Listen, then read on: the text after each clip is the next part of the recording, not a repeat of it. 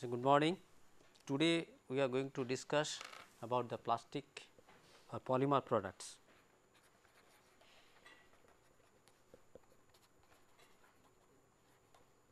As I mentioned earlier that none of the products of made of polymer contain only pure polymer. It contains various functional ingredients incorporated within the polymer.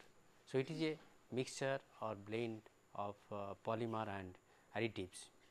So, after getting the virgin polymer as raw material for any polymer product, we have to go through some processing steps with machineries, and we have to select a suitable polymer, we have to select various ingredients, then you have to make a compound.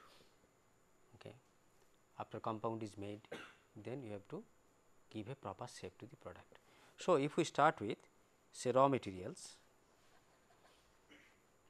polymer raw materials plus additives,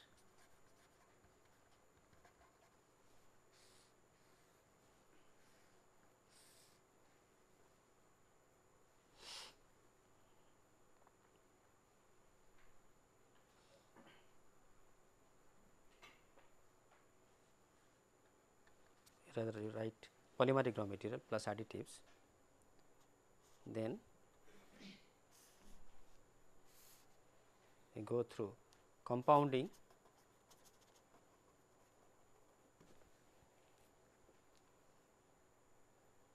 in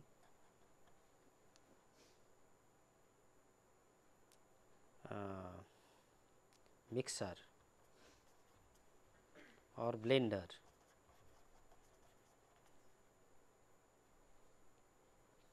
After that, you get a compound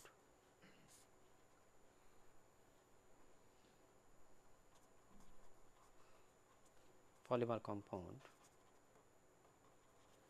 where it is soft, flexible, or viscosity will be less while hot actually. Then this polymer compound is a mixture of virgin polymer, pure polymer and various functional ingredients or additives. Okay. Then it has to process by fabrication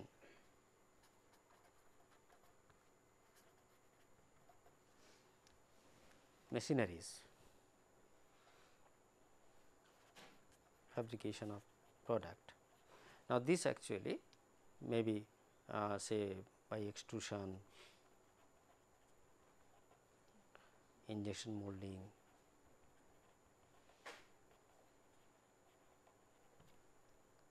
compression molding,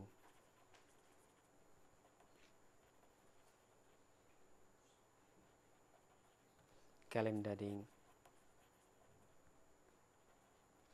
etc. There are various techniques we will discuss later in detail. So, we get a finished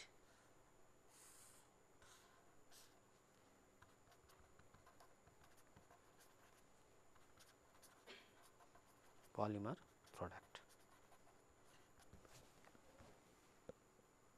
So, basically a product polymer product is an impure system, you can say pure polymer with functional additives. Functional additives, I mean these additives have certain roles during this compounding, during this fabrication steps, okay, as well as after the product is obtained in the finished form, then during service the additives has several roles to play. Okay. So, all those additives or ingredients are incorporated in the polymer, and then finally, we use the finished product. Now, before going to produce this final or finished product through this discussing these fabrications of these products, we have to first see what are the functional additives used in polymer to make what products. Okay. Any product we desire to manufacture, you have to go for a selection, proper selection of polymer, proper selection of ingredients, proper selection of machineries, proper selection of process technologies. Okay. Then only we can get a suitable product which will be useful. So, for any useful product, so we should go for selection of polymer, selection of ingredients, selection of process steps, selection of fabrication machineries, process parameters. That means, we have to know the technology, we have to develop the technology, product technology. In that, before developing that product technology, so we must keep we must consider the few parameters like say cost of the product. Cost of the product should be competitive in the market. Otherwise, you can manufacture product, if it does not sell in the market, then you cannot make any profit. That product will not see the market.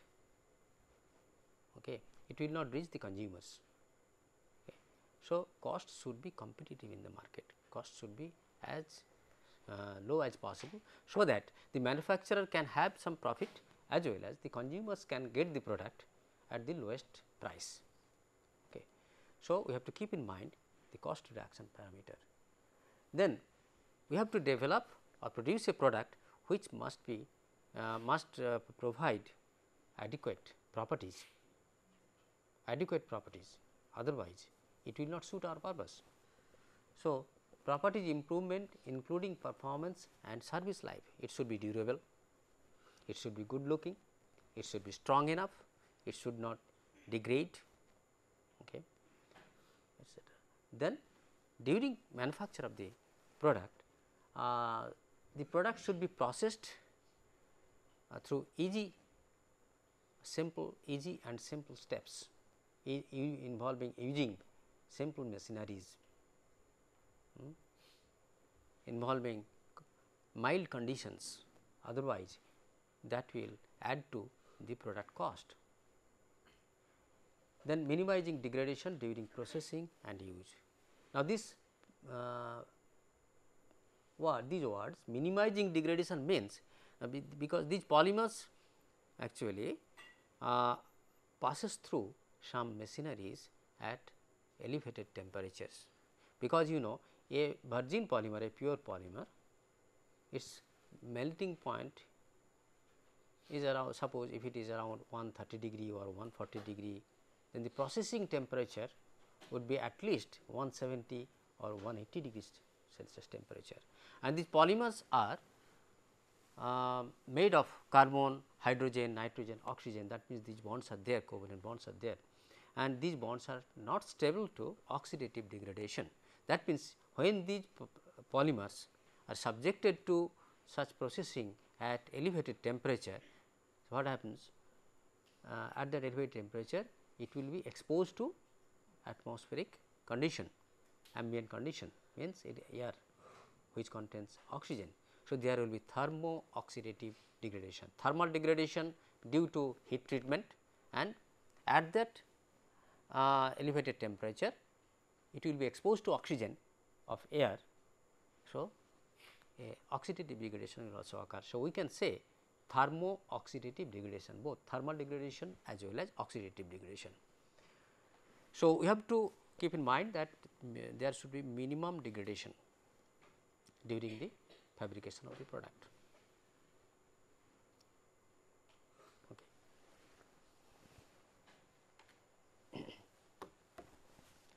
Now, what are those additives? Now, today let us concentrate on the plastic products. Now, products would be of plastic nature, plastic products, fiber products, rubber products, okay, surface coatings. So, products may be of different types, in each case the ingredients used for making those products are different. In case of plastic, additives would be of one type, In case of rubbers, additives would be of again different type. For fiber, additives would be of different, their numbers, their quantities, all those will vary, as well as in surface coatings, that is also a polymer product. There also the number and the quantities of the ingredients used for making those products also vary. So, it is not identical to or same for each category of products. So, for plastic product, but there are certain general your aspects, general things which must be used in any of those products. So, you will get some idea if you just go through the additives or ingredients used for making a plastic product first. Okay. Now, for making a plastic product, the main ingredient is the polymer, base polymer. So, we are going to make a product formulation, say plastic product formulation. First, we have to make a formulation, a recipe.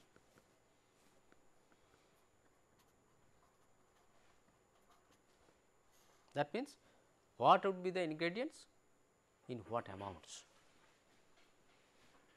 Before making any product, you first go for a selection of these ingredients and their amounts. The first comes the base polymer.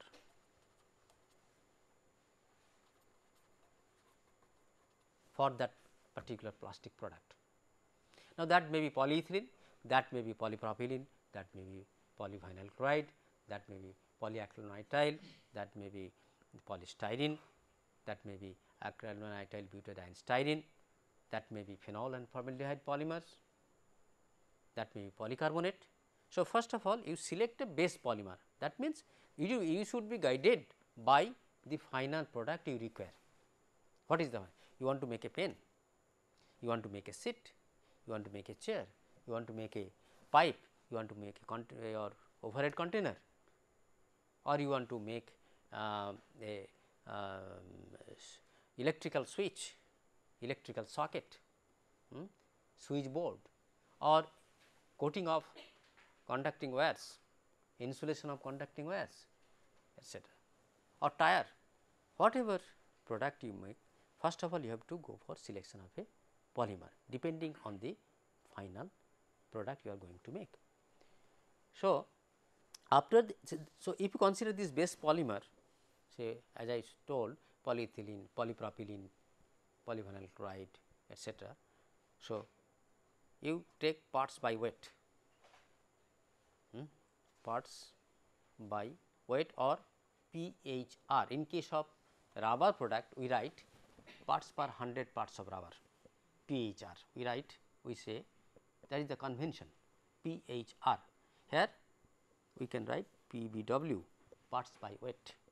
So, if you take the base polymer 100 parts, then correspondingly what will be the amounts of the ingredients taken. So, this is the base polymer, this is the main phase, polymer phase, main polymer phase 100 part. Okay. That means, you may take 100 gram, you may take 100 kg, you may take 100 ton, like that. In one batch of product formulation, you start with on the basis of 100 kg or 100 ton of polymer.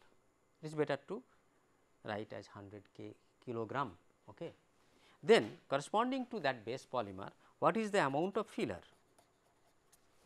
That again depends on the type of products we are going to make. Here in this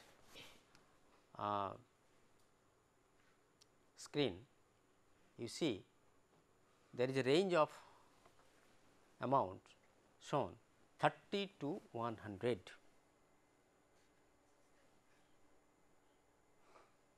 Even less, even less. Say for overhead tank made of high density polyethylene. What is the amount of filler taken? Neither 30 nor 50 nor 100 kg per 100 kg of polymer. It is much less than that, because we have to see what is the accommodative capacity of the polymer. You understand? Achha, before that, let me tell you one thing. What are the necessity of using those ingredients? You are not asking me this basic question. Is there any necessity? We can take simply HDP, we can take any other polymer, we can make a product. Yes, we can make a product. In order to get a broad spectrum of properties, we incorporate ingredients. There is a need to incorporate ingredients in order to develop wide range of properties. Now, if you make a container or a pipe only from a virgin or pure polymer, you can make a product, you will get a product, it will serve your purpose to some extent, not the not to the whole extent, fullest extent. Okay.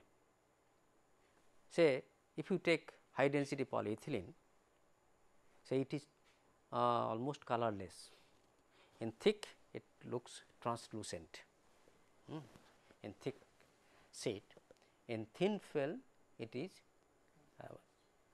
almost not highly transparent, but it is transparent, colorless. So, you can get a plastic, a HDPE pipe or HDPE container overhead tank, but the life of the tank will be limited period. The mechanical properties, say load bearing properties or the dimensional stability of that HDPE tank or pipe will be low, its durability will be less, it will be less stable. If it is exposed to outdoor condition, UV light, sunlight, so it will degrade. So, the life of the product will be less, the mechanical stability, mechanical properties, dimensional stability will be low. Again, not only that, the aesthetic appeal, good look, that means if it is not colored, customer will not take it. If it does not look nice, very nice, glossy, people will not, a customer will not buy. So, it should be colorful, it should be stable, it should be durable, it should be strong, it should be dimensionally stable. Some person can stand on the tank, it should not collapse. So, that means it should be stiff and strong. Okay. When it is full with water, it should not collapse. So, in order to develop all those properties, not only that, if you take a pipe, in case of pipe, what happens? Underground pipes, it may collapse, it may be deformed. So, in order to develop all sorts of properties, then we need to incorporate such ingredients. So, fillers, it has certain purpose to use in a plastic product. Fillers, what is filler? Fillers means it fills, simple meaning is fills, filling effect. Say if you take 100 kg polymer and if you add 20 kg filler, so total product mass will be 120 kg, and the cost of filler if it is 5 rupees a kilogram and the cost of polymer if it is 80 rupees a kilogram. So, you are getting 120 kg that filled plastic at low cost, but if you want to make a product out of pure polymer, so 120 kg polymer will be costing more. So, here lies the necessity of using filler, which reduces the cost of the product. Then another question automatically comes. So, in order to reduce the cost, we are incorporating filler. What about the performance of the product, properties of the product? will it be reduced or will it be increased or what? No, there are different kinds of fillers. One category of fillers that improves the properties, another category of fillers that cannot increase the strength and other properties, but it only reduces the cost because of the low cost of the filler. That means, one kind of filler can reinforce the properties, another kind of filler remains simply inert, remain present as inert material in the base polymer only to increase the volume of the product, thereby reducing the cost. So, this is the situation. So, here is the purpose of using filler. Okay. Then we can decide or judge what kind of filler we should go for selection, what amount of filler we should use. So, we have to come to a compromise with cost and performance. Cost and performance. Although this is true for all other ingredients, but this is a major criteria for fillers, because amounts of fillers are much higher than other ingredients. Next come plasticizers. You see, again here is the range is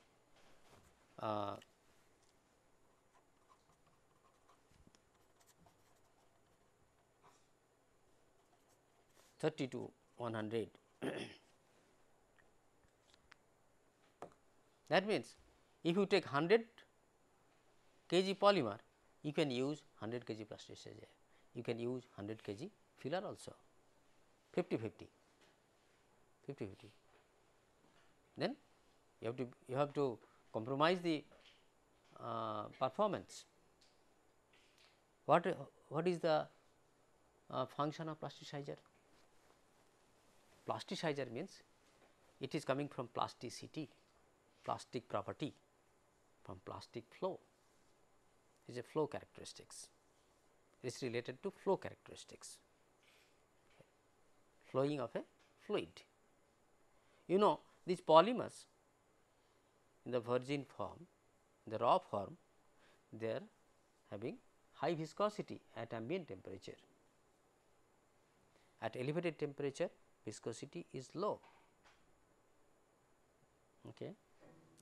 But when these products are made through compounding, processing, fabrication, all these things, it needs to be heated in order to make it soft, so that it can flow, so that it can fill the mold by flowing.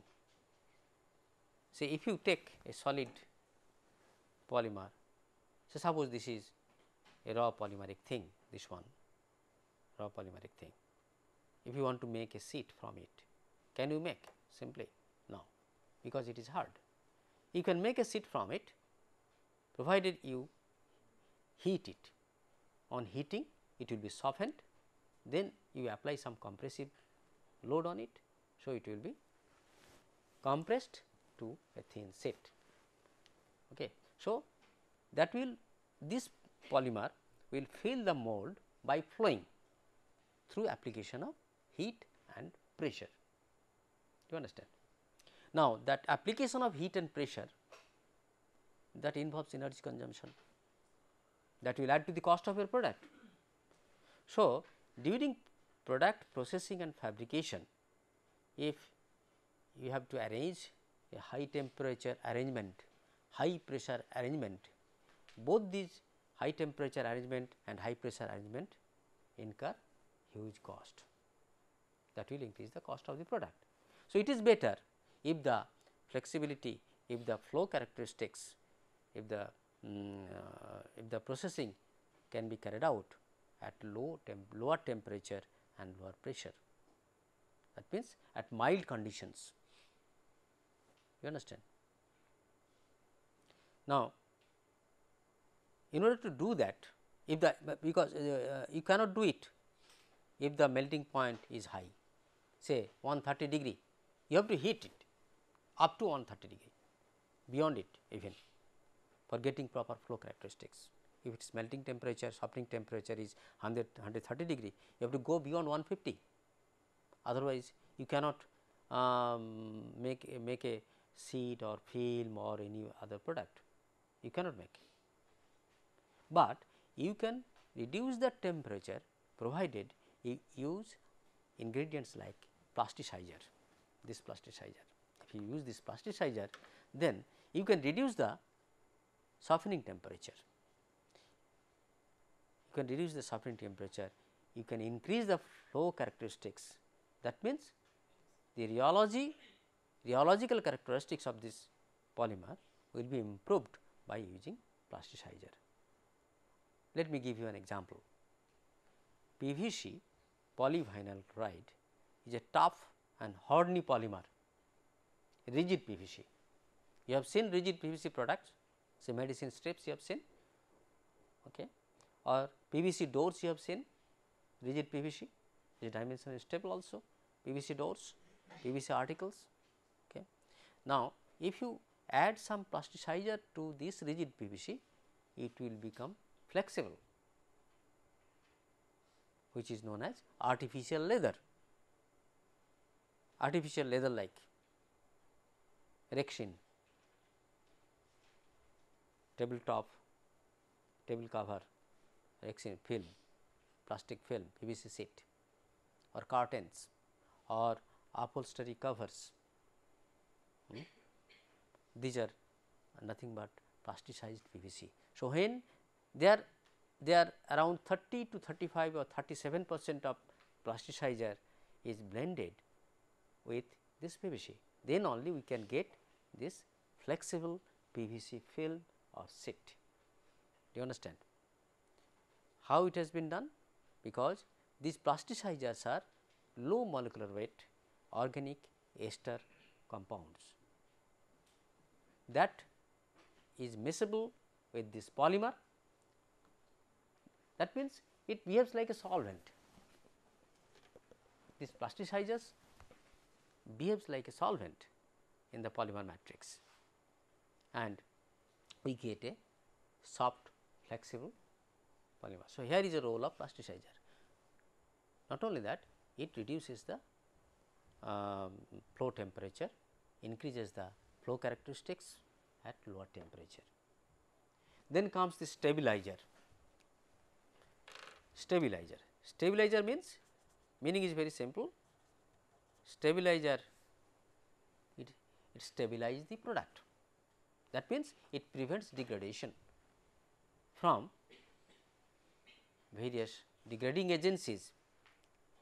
What are those degrading agencies? Air is one degrading agency which contains oxygen, ozone, sunlight, UV is there, some radiation, high energy other high energy radiation, gamma rays, gamma radiation, X radiation. These are also harmful because these are of high energy. So, that degrades the polymer, that breaks the chemical bonds, and simply high temperature also, thermal. Even if the atmosphere is inert, there is no oxygen or inert gas is there, but even high temperature can break the bonds. That means, it is the energy. So, source of energy, stimulants stimuli may be different, but that can degrade the polymer, that can degrade the polymer product. Okay. If you just keep one of your garment exposed to sunlight for a prolonged period, you will find its color will go, it will be torn, it will break, it will cut, it will be torn. So, tear properties, strength properties, all these properties will be decreased, that is due to degradation of the polymer, which is with which this product is made. Even cotton, that is a polymer, if you keep it exposed to sunlight and air and humid condition, that will be degraded. So, there is a degradation due to several influence of several degrading agencies. Again microbial degradation is another source. Microbes can attack, microbes can sit on it, can colonize on it, can grow on it, and microbes will eat the polymer. So, in order to prevent from those degradation, stabilizers are used. Stabilizers are of different kind available. I will discuss details. Then coloring matters in order to give good look to the polymer product. Here you see nice looking, again this is a nice looking. Now, these colors are developed in these products. So, these are coloring matters. These coloring matters may be organic, inorganic, anything. Again lubricant. Now, you see these paints are made through injection molding process. In one shot of injection, you know what is injection, you know, hypodermic syringe principle is same. In one shot 5 ml, 2 ml, 0.5 ml of liquid is injected within the muscle.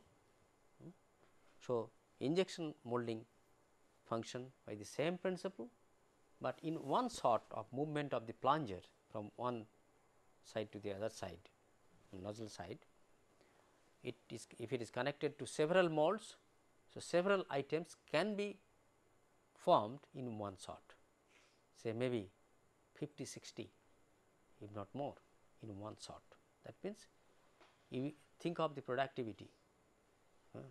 So, huge numbers of paints or items are made by this injection molding process continuously through automatic process. Okay. So, after injecting the molten polymer into the mold, then there is a cycle of heating and cooling. Mold is to be cooled because the molten polymer should be hardened by cooling. After it is cooled, then mold should be opened, then product should be ejected out, and all these steps are fully automatic today. These machines or technologies are available, machines are available.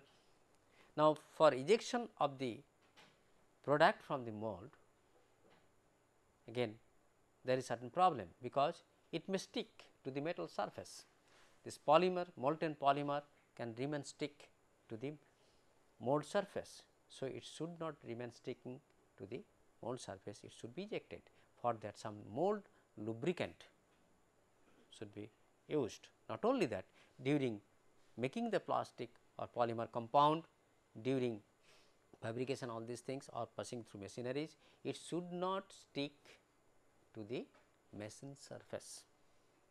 So, for that it needs some lubricants. Those lubricants are there, those lubricants will come a very thin film of the lubricant will diffuse or ooze out or exude to the interface between the polymer and the mold surface, and that will help to ejecting out from the mold.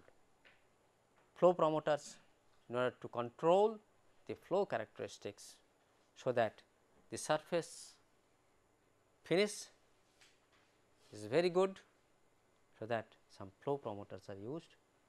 Then the product, final product may remain in thermoplastic stage or in thermoset stage.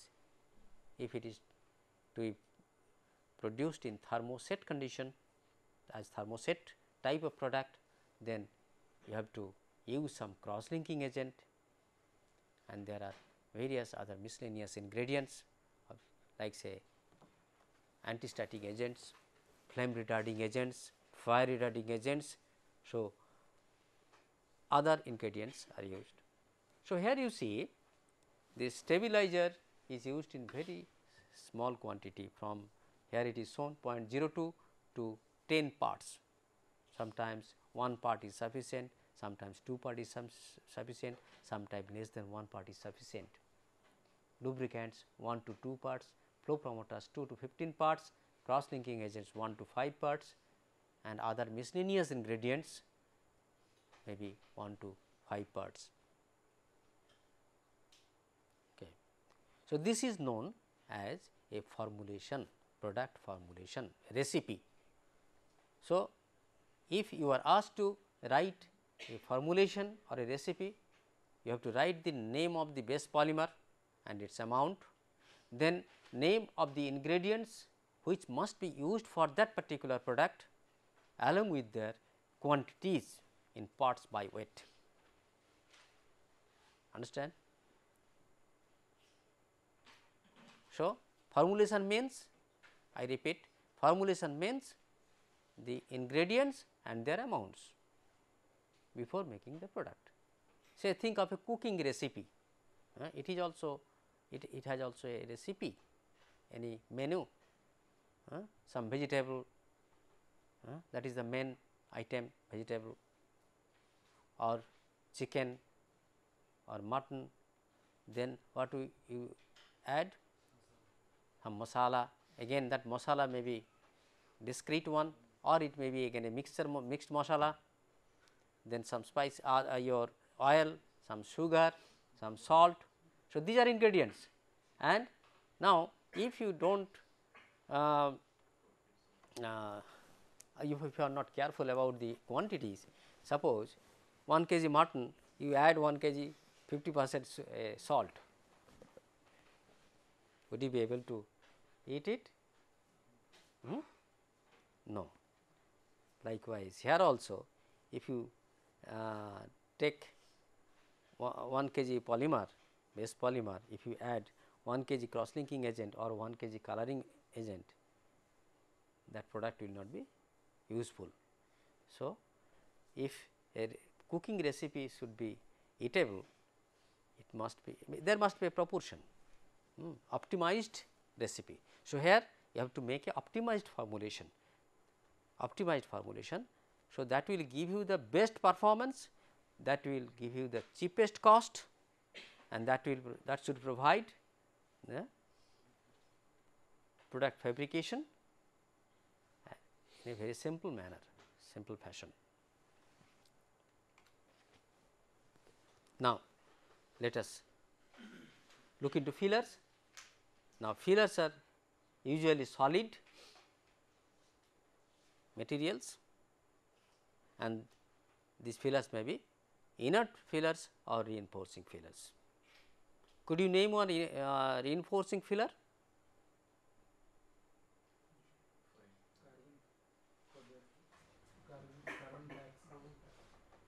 Carbon black. Yes, carbon black is a reinforcing filler for tire. Silica fillers are also reinforcing filler for rubber. Reinforcing means it must interact with polymer. You think of, you just imagine a polymer network or a thermoplastic 3-dimensional polymer block, okay. And within the polymer block there are ample free volume available. Within those free volumes, free spaces, if you can incorporate particulate fillers, today nano fillers are there. In our class there is one nano person who is working with nano materials, he likes nano very much, okay. Nano dimension filler, nano dimensional material, when these materials are incorporated in a base polymer, then we get a nano composite. So, composite may be macroscopic, microscopic and nano, macroscopic, microscopic and nano, provided we incorporate fillers or reinforcing agents, inert fillers or reinforcing fillers within the polymer matrix. Matrix means continuous phase, okay. Then we can get some improved mechanical properties, or we can get some improved properties also, other properties improvement also. Now, let me tell you what about this, what is the meaning of this free volume. I was telling you, in case of high density polyethylene you cannot incorporate say 30-40 parts of filler, it cannot accommodate, because these polyethylenes are crystalline in nature. The free space, availability of free space in polyethylene is less, because the morphology of the polymer is compact. Polymer chains, this polyethylene chains lie side by side in a compact fashion. So, free availability of free space in polyethylene is less, whereas if you take natural rubber, if you look into the configuration of natural rubber molecules and compare with that of polyethylene molecule, you will find in natural rubber molecule there is this kind of chain folding, whereas in case of polyethylene the extent of chain folding is quite less, So, here if you add say 100 part of filler to 100 part of polymer, you can incorporate, and you will be surprised to know that in some rubber products to 100 part of rubber more than 1000 parts of fillers are incorporated. Say floor mats, floor rubber mats, these are made by simple incorporation of river bed silt, clay filler, their clay is used as filler. So, with 1 kg of polymer, 1 kg of natural rubber, one can incorporate say 900 gram to 1 kg of clay. You understand how much amount of this sorry 9 to 1 kg of polymer, 1 kg of rubber, you can incorporate 1 kg of filler here. Otherwise, you can incorporate to 1 kg, you can incorporate 400 gram, you can incorporate 500 gram, you can incorporate 600 gram, like that.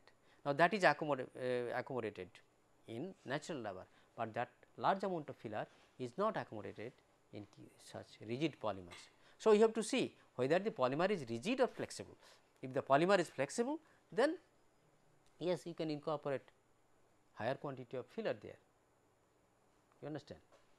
So, this accommodative capacity of the polymer has to be looked into, has to be kept in under consideration.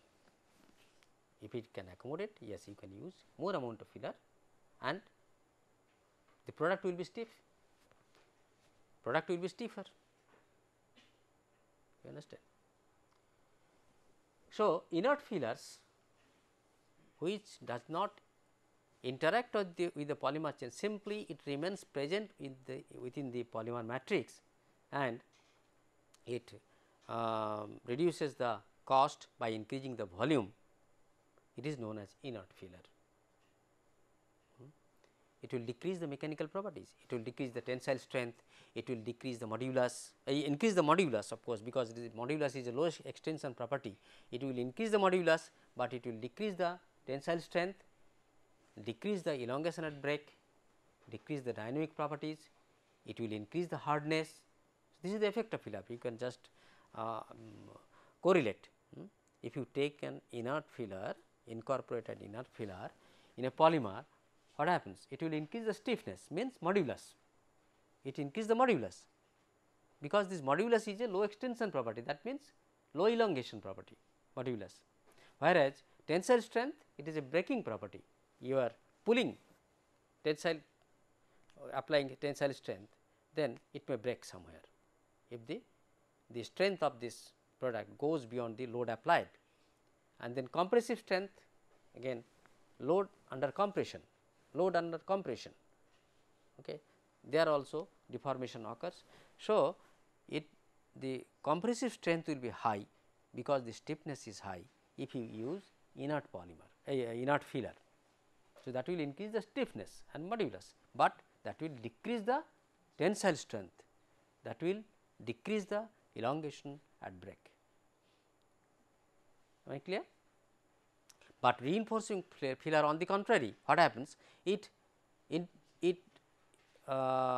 interacts with the polymer. That means, it may either form a physical or chemical bond with the polymer. Say you think of carbon black as filler in natural rubber. What happens there? Now, by virtue of the structure and morphology of carbon black, these rubber molecules, the segments of folded segments of rubber molecules and the ends of the rubber molecular chains penetrates or go inside that carbon black particle, because it is a floppy porous particle, it goes inside. So, there it anchors by through physical anchoring, or it can chemically interact also. There are certain functional groups available, and those functional groups interact with the polymer chain, rubber chain, and it becomes permanent. So, there is permanent or physical or transient anchorage with the filler. So, that increase the strength properties of filled polymer. In case of rubber tire, 45 parts of carbon black is used. That 45 parts of carbon black increases the tensile strength of a virgin rubber from say 16 megapascal to 24 megapascal. Do you understand how much increase is there? Say if the tensile strength of gum rubber compound is 16 megapascal,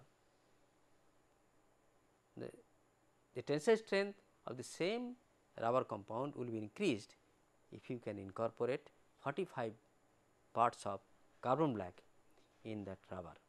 So, there is improvement in tensile strength, along with its hardness also increases, as well as its tensile strength its elongation at break also decrease by incorporation of this filler. Now, this kind of filler in rubber is known as reinforcing filler.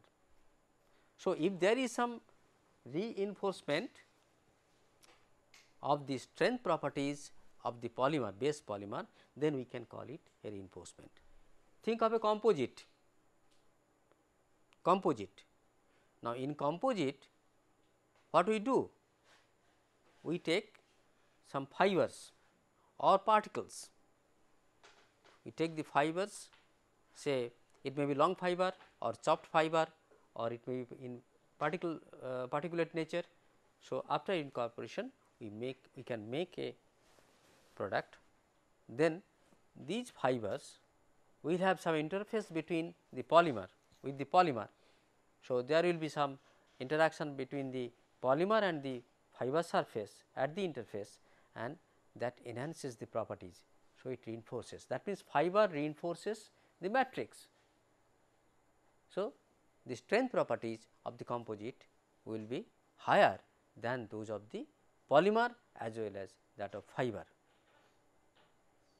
So, if you look in this way, suppose this is the polymer axis, this is the fiber axis,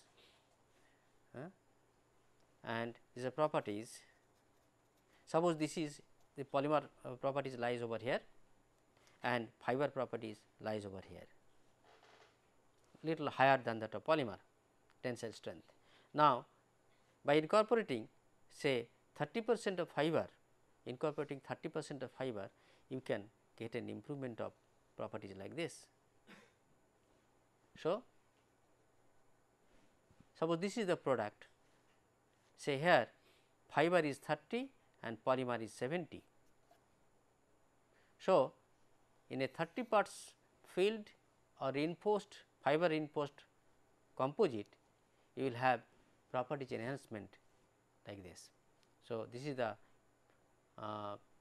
your property means tensile strength of the pure polymer, if this is the tensile strength of the pure fiber, then the strength of the composite will be more than the individual strengths of polymer as well as fiber. So, here is the advantage of using these fillers or reinforcements. Do you understand? It is called reinforcement, because there is some interaction between the filler and the polymer. If there is some interaction or anchorage between the filler and the polymer, then only we can say some reinforcement is there. And entire composite technology, composite products are based on this principle. High performance composite, low profile composites, all these are based on this principle. Fillers may be of particulate, rubbery, resinous or fibrous in nature.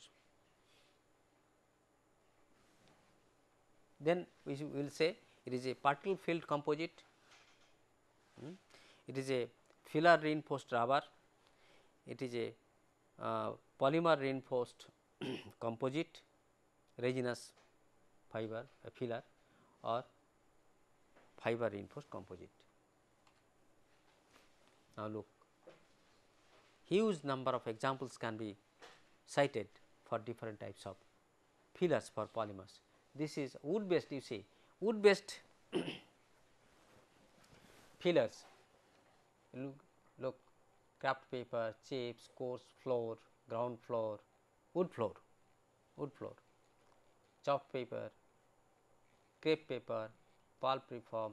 This is alpha cellulose, actually alpha cellulose, alpha is not there, alpha cellulose, pulp reform, you know paper pulp, wood pulp, how pulping is done, probably you know. Do you know what is what is pulping, how pulping is done, how these newsprints are made, how the paper is made? You know, the process is very simple. You take some wood based material, either bamboo or softwood, that contains cellulose and lignin. Okay. There are pulping technologies, say xanthation technologies or cuproammonium technologies, these are available. So, when these chemicals are mixed with this or wood, it becomes soft and viscous, and the lignin goes out, soluble things goes out, and you get a pulp.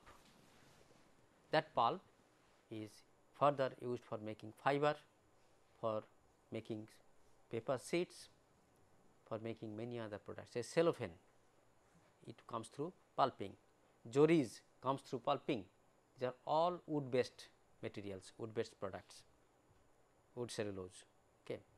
So, these textiles, textile byproducts, then jute, natural fiber, sisal, another natural fiber, rayon, it is a semi synthetic fiber, viscose rayon, ground bark of trees, plants, processed lignin, lignin is the wood waste, paper industries waste.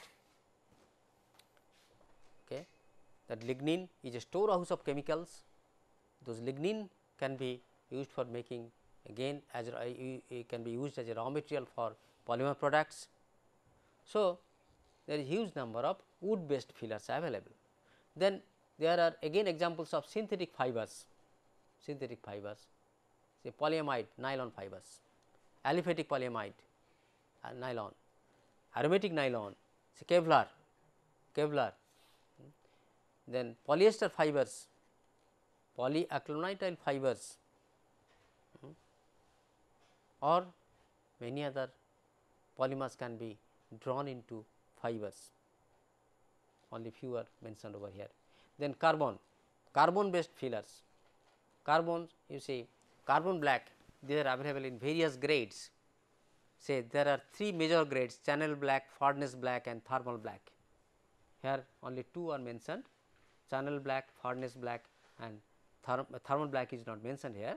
Channel black is used for making printing ink, channel black, this particle size is very low, less than 10 nanometer particle size, channel black, channel carbon black, that means it is made by a channel process through combustion of natural gas or petroleum oil. Furnace black is made from again natural gas or petroleum oil by furnace process and thermal process. You see lamp black, you know, you have seen lamp black. If you the soot formation is there, that soot is nothing but unburnt carbon, that is also a carbon black. Then graphite, if you heat this black carbon black in inert atmosphere, it will transform into graphite structure. And graphite fiber, these are also available, made, you know, carbon fiber. If you want, if you are interested, if you come to my room, I will show you how carbon fiber it looks. I will show you some polymer samples also there, different types of polymer samples, different types of fibers, including glass fiber, carbon fiber, aramid fiber. I have lot of specimens in my room. You come to my room and I will show you. Graphite fiber, carbon fiber made from polyacrylonitrile precursor, I mentioned earlier. Okay. Then graphite filaments, graphite whiskers. Whiskers are single crystalline materials, short fibers, whiskers, single crystalline fibers having high aspect ratio. Aspect ratio, you know what is aspect ratio?